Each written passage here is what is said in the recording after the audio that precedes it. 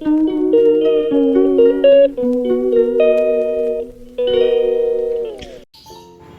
সকাল বন্ধুরা, আবার আমি চলে এলাম রিম্পা তোমাদের কাছে একটা আজকে নতুন সুন্দর ঝকঝকে তকতকে ব্লগ নিয়ে। সকালটা আমি আমার বারান্দা থেকে আরম্ভ করলাম, তারপরে তো একে একে একে একে সমস্ত কাজ হবে, কিন্তু তার আগে বলে নিই আজকে হলো জামাই ষষ্ঠী। তো সবাইকে শুভ জামাই ষষ্ঠীর অনেক অনেক ভালোবাসা, আর আশা করি তোমরা নিশ্চয়ই জামাই ষষ্ঠীটা নিজেদের মতন করে খুব সুন্দর করে সেলিব্রেট করছো।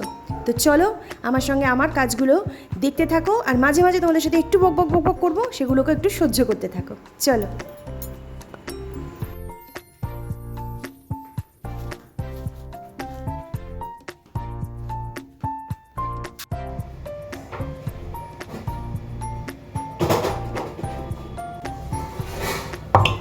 পোস্তটা বেটে নেব, একটু নুন দিয়ে দিচ্ছি। আলু পোস্ত করবো, কার কার আলু পোস্ত ভালো লাগে কমেন্টস করে জানাও। আমাদের তো ভীষণ ভালো লাগে, আশা করি সবারই ভালো লাগে। মায়ের ফলারের সাথে হয়ে যাবে, ফলার খাবে মা আজকে, আর আমাদেরও পোস্তটা নিরামিষ আগে করে নিয়ে তারপরে তোমার ডিমের তরকারিটা করবো। চলো ততক্ষণ করতে থাকি পোস্তটা। পোস্ত বাটা হয়ে গেছে, এবার ঝটঝট করে নিই। আজকে কার কার বাড়িতে জামাই ষষ্ঠী হচ্ছে সেলিব্রেশন আমাকে জানাবো অবশ্যই। আমাদের সেরকম কিছু হয় না অ্যাকচুয়ালি। আজকের দিনটায় মা নিরামিষ খায় বলে আমি মাকে বিয়ের 2-3 বছর বাদে আমি বারণ করেছিলাম যে কিছু করো না আমাদের জন্য, কেননা তুমি তো কিছু খেতে পারো না, নিরামিষকে তোমাকে সেই আশীর্বাদ দিতে হয়, তো করো না। তাই আমরা একটা আমাদের সবার সুবিধে মতন একটা দিন দেখে মা জামাই ষষ্ঠী খাওয়াটা খাইয়ে দেয়। তাহলেও আজকে বাটা আছে বলে মা আসবে, আমি এখন নিরামিষ রান্নাটা করে নিই, তোমরা দেখতে থাকো। ওকে।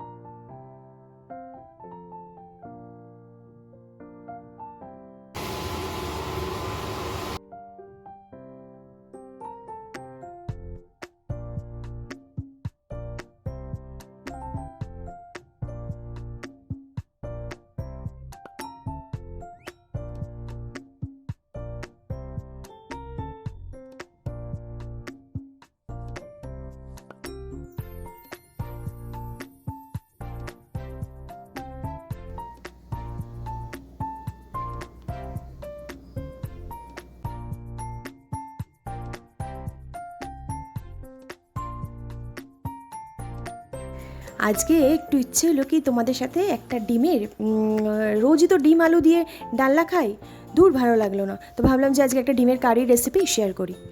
দেখো ডিমগুলো প্রথমে নুন আর হলুদ দিয়ে একটু ভেজে নিয়েছিলাম, বেশ কিছুক্ষণ মানে ভেজে নেওয়ার পর তারপরে ওখানে তেল দিয়ে, আর একটু তেল দিয়ে শুকনো আস্ত গরম মশলা দিয়ে পেঁয়াজ কুচি দিয়ে একটু নাড়াচাড়া করলাম। বেশ গোল্ডেন ব্রাউন হওয়ার মতন যখন হয়ে গেল কালারটা, তখন আস্তে আস্তে ফ্লেমটাকে মানে ওই তোমার টেম্পারেচার এটাকে একটুখানি লোতে করে দিলাম। আর তারপরে তোমার ধীরে ধীরে একটু হলুদ নুন সব মশলা দিয়ে তারপরে পেঁয়াজ বাটা, আদা বাটা, রসুন বাটা দিয়ে ভালো করে যতক্ষণ ওই কাঁচা গন্ধটা যাচ্ছে তো ততক্ষণ ভালো করে নাড়াচাড়া করলাম, ঢাকা দিয়ে ঢাকা খুলে একটু নাড়াচাড়া করলাম।